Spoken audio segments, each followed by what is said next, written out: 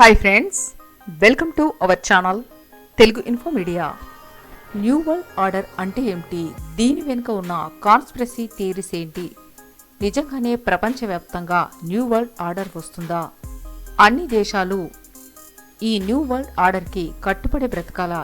తిరిగి మనం బానిసలం కాబోతున్నామా అనే అంశాల గురించి మనం ఈరోజు తెలుసుకుందాం.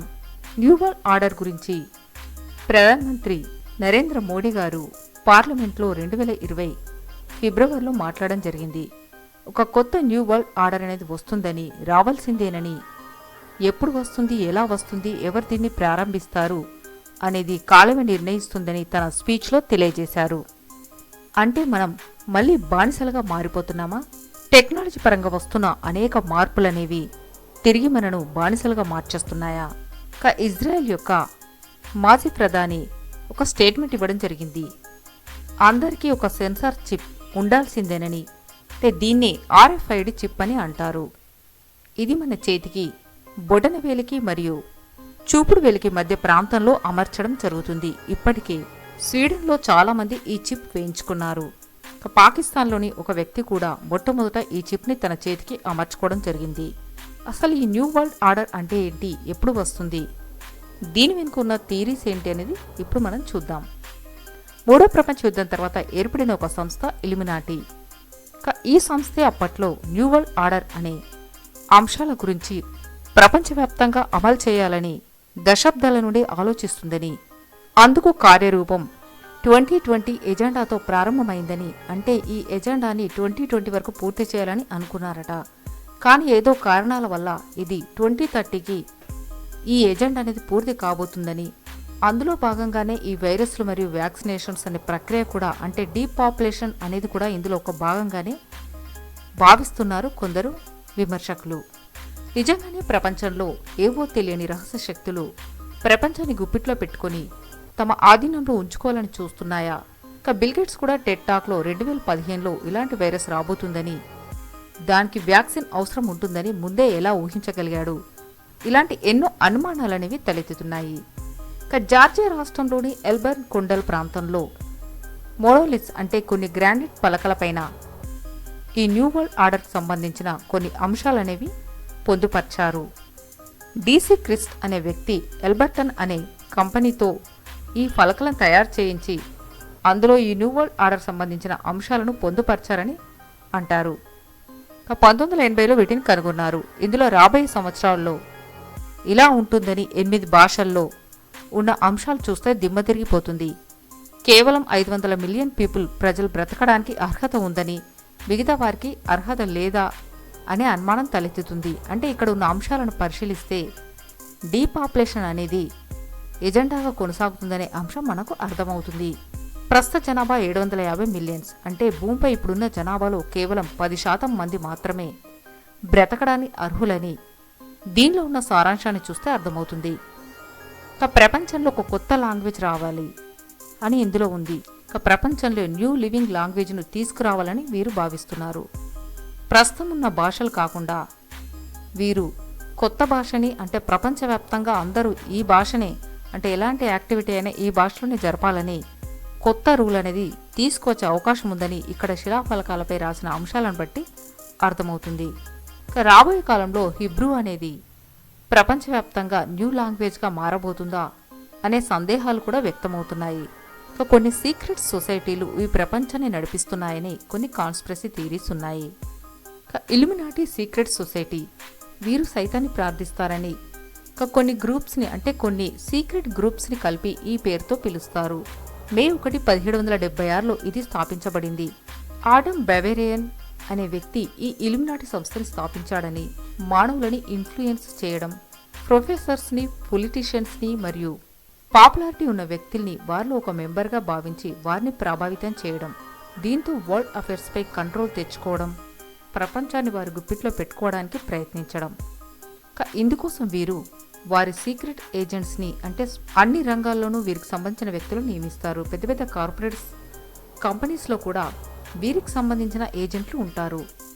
వీరు వారికి సంబంధించిన సీక్రెట్స్ అన్ని గ్యాదర్ చేసి వారు చెప్పినట్టుగా వినాలి, లేదంటే ఆ సీక్రెట్ అంశాలనేవి తెర మీదకి తీసుకొస్తామని వారిని భయపెట్టి వారి గుప్పిట్లో పెట్టుకోవడం అనేది జరుగుతుంది. ఇక వీరిని సైతాన్ ఉపాసకులుగా భావిస్తారు. ఇక వీరి యొక్క ఇష్టమైన రంగు బ్లాక్. జార్జ్ స్టోన్పై ఉన్న అంశాలను మనం పరిశీలిస్తే one world government, one world currency, one world leader. అయితే వీటిలో ఇంత ఇంపార్టెన్స్ ఏంటి అని మనం అనుకోవచ్చు.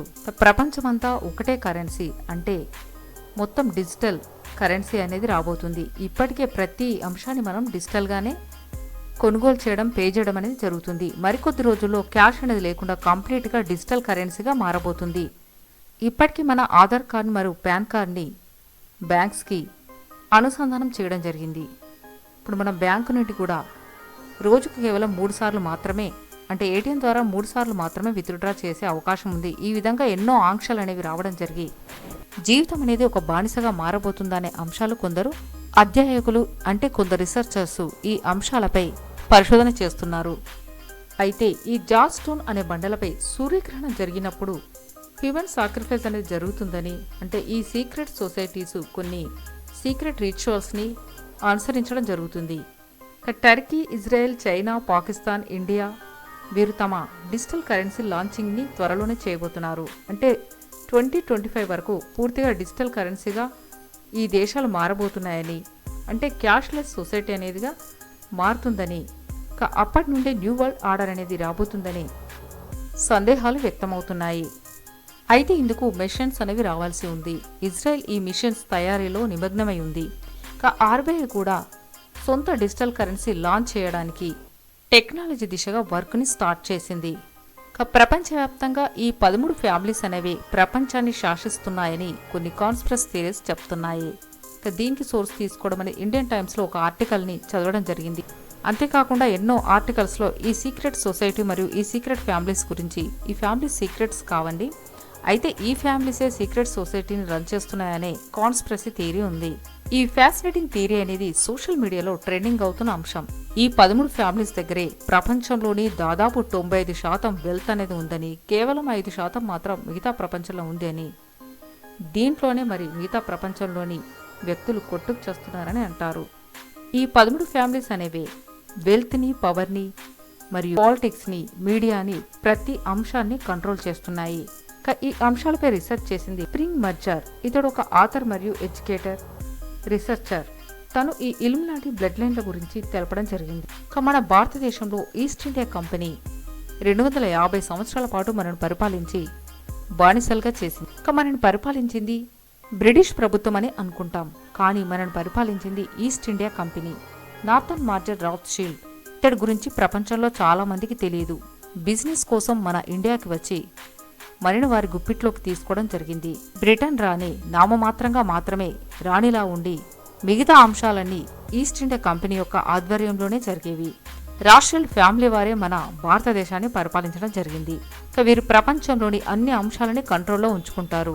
Political parties, national resources, educational institutions, media, ఒకటేమిటి అన్ని అంశాలు మరి వీరి ఆధీనంలోనే ఉంటాయి.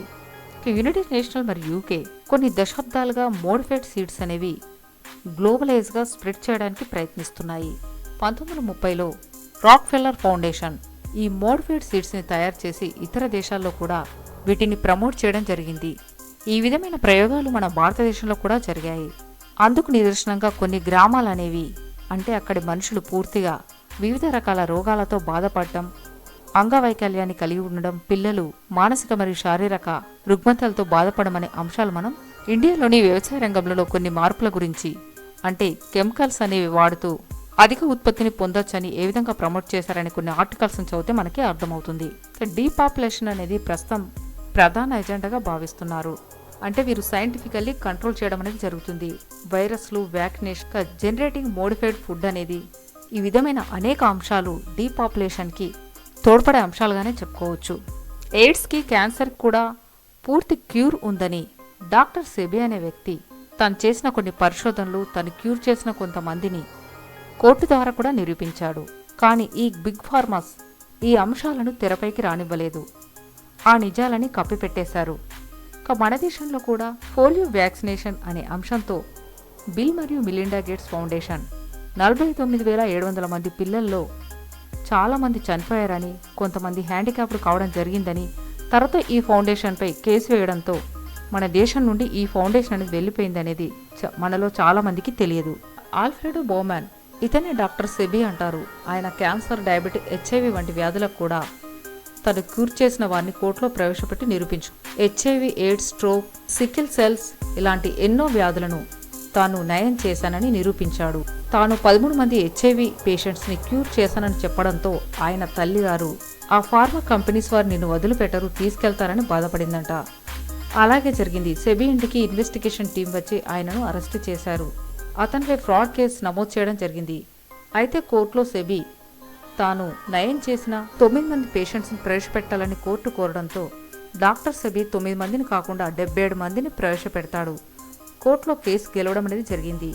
అయినప్పటికీ ఈ అంశాలనేవి బయటికి రాకుండా బిగ్ ఫార్మా కంపెనీస్ అనేవి తొక్కువేయడం జరిగింది.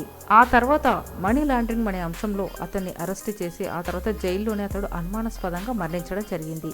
అయితే కేవలం బిల్ గేట్స్ మాత్రమే మనకు ఈ వ్యాక్సిన్స్ అనే అంశంలో తెరపై కనిపిస్తున్న వ్యక్తి. కానీ తెర వెనుక ఈ 13 ఫ్యామిలీసే ఈ ప్రపంచాన్ని వారి యొక్క గుప్పిట్లోనే అన్ని అంశాలనేవి ఉంటాయని రాబోయే కొద్ది రోజుల్లో అంటే 2021 నుంచి 2030 లోపు వారి యొక్క ఎజెండా పూర్తి చేసి one world order, one world leader, one world currency అని రాబోతుందా అనే అంశాలు చాలా మందిని కలవరపెడుతున్నాయి. 1992లోనే ఎజెండా 2021 అనే అంశంతో కొన్ని అంశాలను ప్రవేశపెట్టారు. కానీ కొన్ని కారణాల చేత దీన్ని ఎజెండా 2030కి మార్చారట. ఇది మరి నిజంగానే ప్రపంచంలో న్యూ వరల్డ్ ఆర్డర్ అనేది రాబోతుందా? డీపాపులేషన్ అనే ఎజెండా ద్వారా జనాభా అనేది ప్రపంచంలో సగం కంటే పైగా తగ్గిపోతుంది. మిగిలిన వారు వారు చెప్పినట్టుగా బానిసలుగా బ్రతకాల్సిందేనా? ఇప్పటికే ప్రపంచంలో పరిస్థితులన్నీ మారిపోయాయి. రాబోయే కాలంలో మరెలాంటి మార్పులు చోటు చేసుకుంటాయో, సామాన్య మానవుడి జీవితం ఏ విధంగా మారబోతుందో అనే అంశాలు ఎంతోమంది సామాజికవేత్తలను కలవరపెడుతున్నాయి. ఈ అంశాలపై మీ అభిప్రాయం ఏంటి? మీరు ఈ ఇయర్ 2020 మరియు 2021లో ఎలాంటి మార్పులను చూశారు? రాబోయే కాలంలో ఎలాంటి మార్పులు అనేవి చోటు చేసుకోబోతాయి అనే అంశాలను మీ అభిప్రాయాన్ని కామెంట్ రూపంలో తెలియజేయగలరు. మరి ఇలాంటి ఎన్నో అంశాలు తెలుసుకోవాలంటే please subscribe our channel Telugu info media. Thanks for watching.